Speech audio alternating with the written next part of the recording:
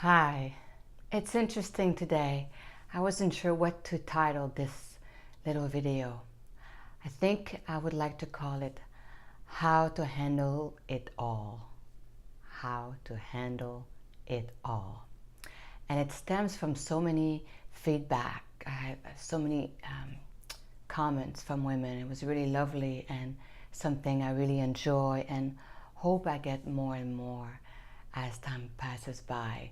Comments and feedback and thoughts on what I say, what I share, because as I have mentioned, this is sharing. This is a dialogue, even though it's perceived and maybe experienced as a monologue. For me, it really is a dialogue. So when you respond and you talk to me, it's quite lovely. So thank you. I wish those comments were written more and more on the Facebook page. That would be so great, as opposed to my messenger, so that we can all benefit from that sharing, not just me and that person. So I think it's starting to happen a little bit more. Thank you. And here it goes. So one of the many comments I got, I won't read the whole thing, but I want to read a little bit. Hi Isabel, I loved your video on menopause and pausing. I'm 52 years old. I recently joined BB and I'm in love with it, but I find myself so tired at times. I want to exercise and be healthy, but I also want inner peace. I want to meditate.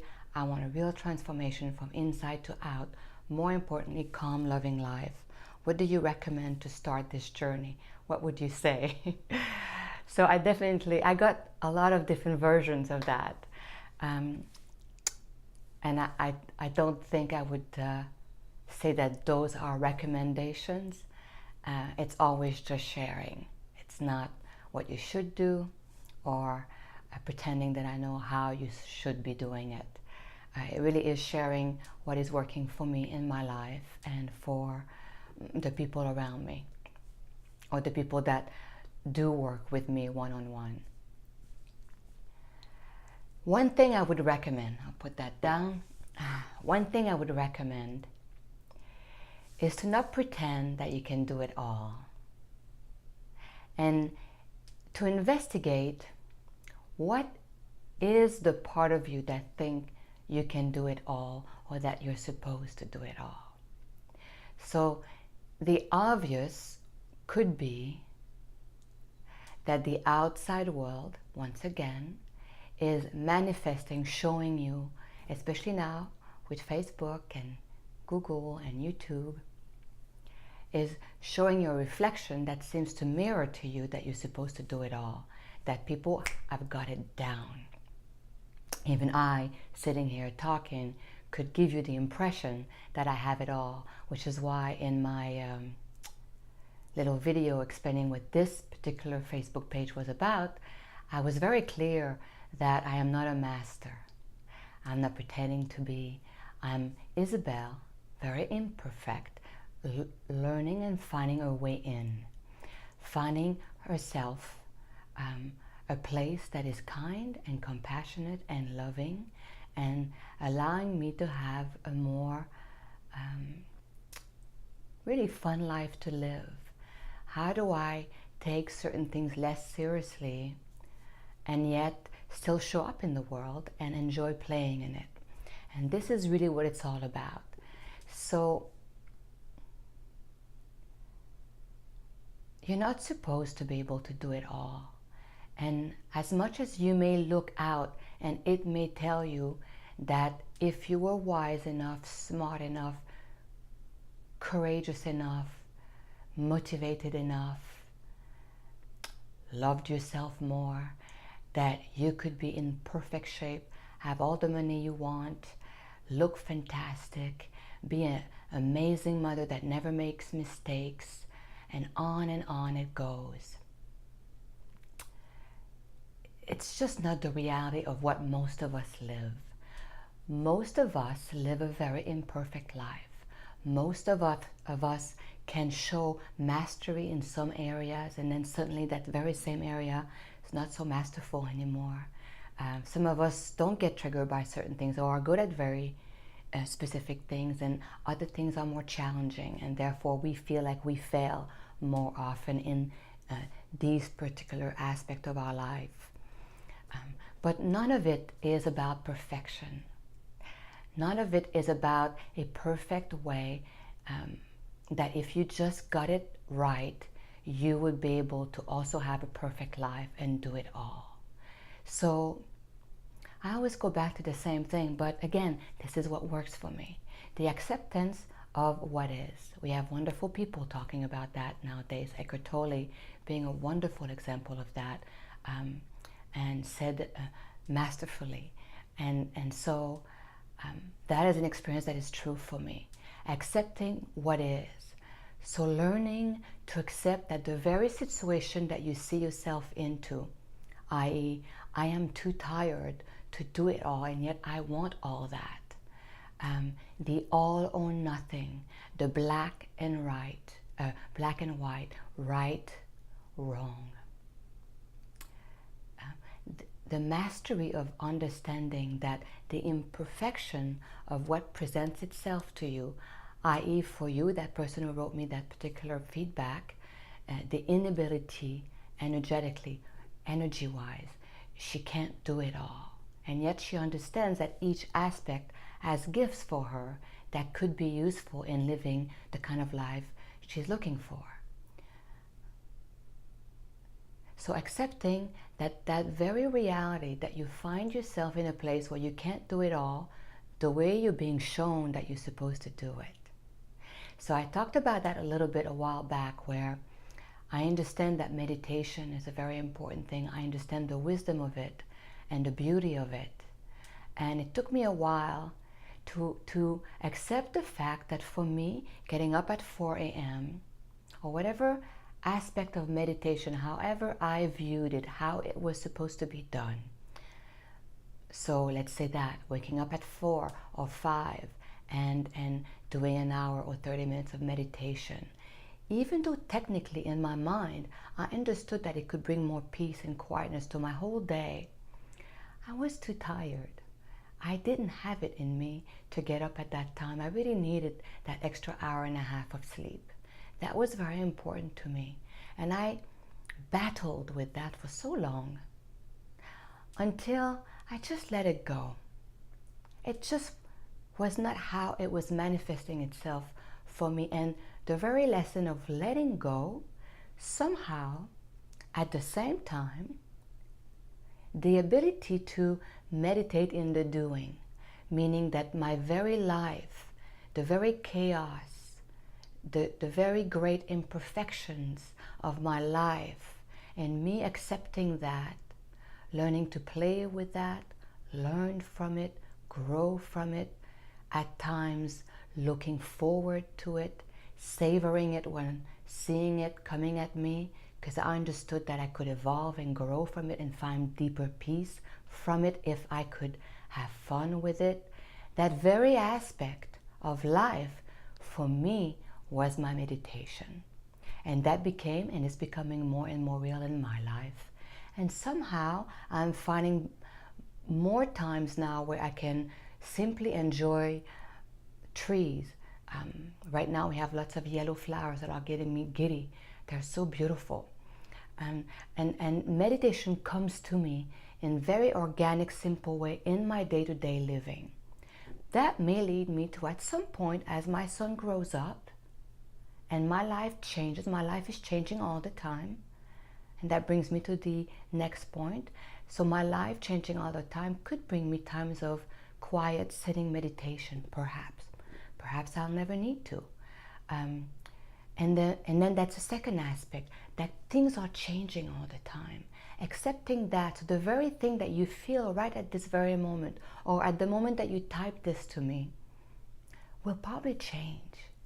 Life changes all the time if you don't hold on to it, especially.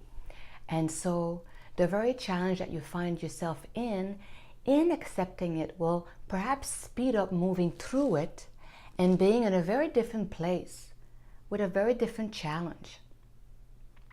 So we, in our mind, living up here way too much, we have this panic, this all or nothing, that the situation that presents itself right here, right now, if I don't fix it and get to it right now, I'll never do it, I'll never get to it, and the peaceful, wonderful, perfect life that I want will never happen, and on it goes. And the reaction from that moment, as if that moment will always be until I fix it. So allowing yourself to accept that things change all the time. And so not overreacting to the challenge that presents itself to you. It indeed, that particular comment was presented, and that comment was concerning menopause, but it could be, you could be very tired for many, many reasons, especially as a woman.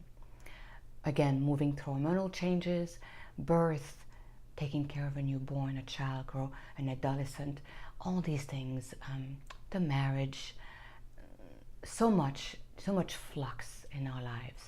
And so you could be tired and unable to do all these perfect things the perfect way that you're being shown at that moment in your life. Is not just concerning menopause. It could be just you're tired. You don't have to justify it. Now we understand that moving, just moving. Let's not decide how you're supposed to move, how long you're supposed to do it for, what intensity you're supposed to do it at. Let's just talk about movement. We're talking about eating. Let's not talk about radical dieting, adhering yourself to a very specific philosophy about food, as if you know exactly how you're supposed to eat for life, and there's a way, one way for life to eat, and that's the only way that will make things work for you. Let's just say eating clean. Let's just say eating to satiate your needs in a pleasurable way without abusing your body or overtaxing it in any way. And let's just say that we agree also that quiet times are very refilling, and therefore you may find yourself a bit more rejuvenated with more vital energy to give back if you move a little, eat better, eat well, eat according to what your body needs in this time in your life, and some quiet time. Does not have to be 5-hour meditation, does not have to be at 3 a.m. because it's the perfect time to meditate. It does not have to be according to any system. The expectations that you have on yourself is exhausting. The expectation as a mother is exhausting. We get judged very harshly by mothers and by all. We're supposed to have it down. I think we are evolving. I think we are learning. I think we are more honest with ourselves, therefore more able to realizing that we are not perfect, and therefore more willing to learn from our children. So, accepting what is, as always, and not jumping to conclusion because something is challenging you now, as if that challenge will always be like this unless you fix it right here, right now, completely 100%. And accepting that it doesn't have to be a radical change.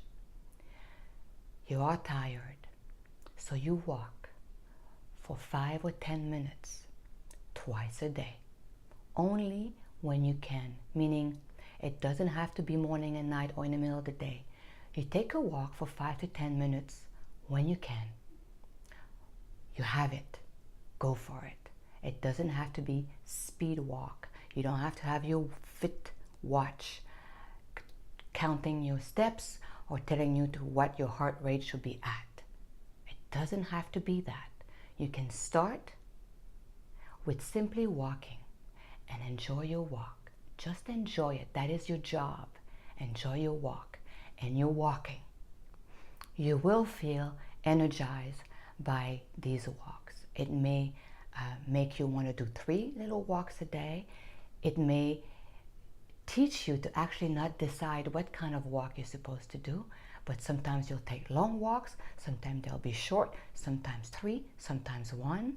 But walking will become a habit, a pleasurable habit, meaning that it is a habit because you enjoy it, therefore you want to do it, you look forward to it, and therefore you do it more regularly.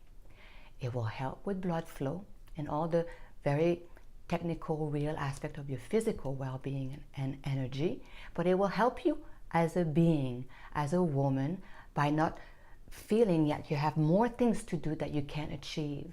You're doing it with grace and kindness and joy and love and compassion toward yourself. And that feels so good. Not to have to wait for others to give these very important things to you. You are learning to give it to yourself, and therefore nobody can take it away from you. Here, you have your motion, you have your exercise. Taking beats to rejuvenate could be as simple as watching your kids play, cooking if you enjoy cooking, reading, listening to a YouTube video. There's so many wonderful videos. There's a lot of things that are just noises and so destructive, and there's so many wonderful things if you start going into it that are just so wonderful to listen to. So wonderful. So you could be doing that. If you take care of yourself a little bit like that, as opposed to judging what you're supposed to do and how you're supposed to do it according to others, including me, you will find that that energy that you're so lacking will come, and you will find ways to work with it and bring more as opposed to give it all, so that eventually you will do perhaps more, but you will not decide ahead of time what more is supposed to look like. Eventually you may clean up your diet more and more, discover new food, new healthy food that you enjoy, but you haven't decided what system you're supposed to be on because this person or this person or this person is telling you how to do it. You may find yourself more curious and adventurous in trying different systems, or mix them up according to how you feel and what your body needs. Learning to take care of yourself and loving yourself, and including a type of meditation, which is just learning to be without getting stimulated by the outside world and without allowing your own thought process to stimulate you in a way that is draining and not productive to your well-being. It's called that meditation, moving, eating well. By taking care of yourself like that, suddenly you enjoy others, and you have more peace and more calm and more space to be the kind of mother that you decide you want to be, which is often just being more present to the impact of your words on your family, on your husband, on your friends, co-worker, because you are learning to listen to what you need and the impact of what you hear towards yourself, those words that you realize are aggressive in nature. And therefore, you want to utilize these words less and less on others. So kind communication becomes something of an evolution that is organic, that you wish to do. Therefore, you are more effective at doing it. Do you see where I'm getting at? Is that we are, in our desire to do well, we are restricting ourselves more and more rules in the name of freedom, more violence in the name of peace. It starts with us. So no, I am not trying to tell you that you're supposed to handle it all. I say, slowly incorporate little moments, a little bit of this and this, a little bit of a walk, good eating, quiet times, listening, open relationship with another human being, your kids. Little beats, little incorporation of things that feel good to you and feel good to the others, and are pepper it. You know, you're not deciding I must get up in the morning and do this. And that may lead you to a lifestyle a year or 2 years from now that you would never have dreamt capable of doing. And there you are. Something completely different that if you had forced yourself into, molded yourself into a year and a half ago, you may have failed. You may have not been able to sustain because you were trying so hard. So whether it's menopause or whatever event, whatever is going on in your evolution that makes you feel helpless and tired and incapable of achieving all these things you think you're supposed to achieve, try those little things that I've just mentioned to you, or anything that resembles that and that connects with you. You are not supposed to handle it all the way it is fed to you. But if you accept exactly how it is now, how flexible, allowing yourself to move with what is, in each moment, you will handle it all. It would not be here with you if you were not completely capable of moving through it, and not move through it just in order to get rid of it and be done with it and on to the next thing that you don't want to do, but move through it with curiosity and enjoyment and awe. And it may be challenging, it may make you sad, it may move you to all sorts of emotions and states. But underneath it all, you are accepting of it, and therefore, yes, you can handle it all. But in peace, in acceptance, and in the way that you will do it, not how it is being told. And eventually you may choose to dabble in different ways that people are presenting to you, i.e., just like I'm doing right now to you, I am presenting it to you, a possibility. But it will not be force-fed out of obligation and duty and guilt and shame and thinking that you're bad and you are failing. It will be with great inquiry. So that's my answer. That's my thought. I offer it with much love, and I truly hope it helps. Thank you.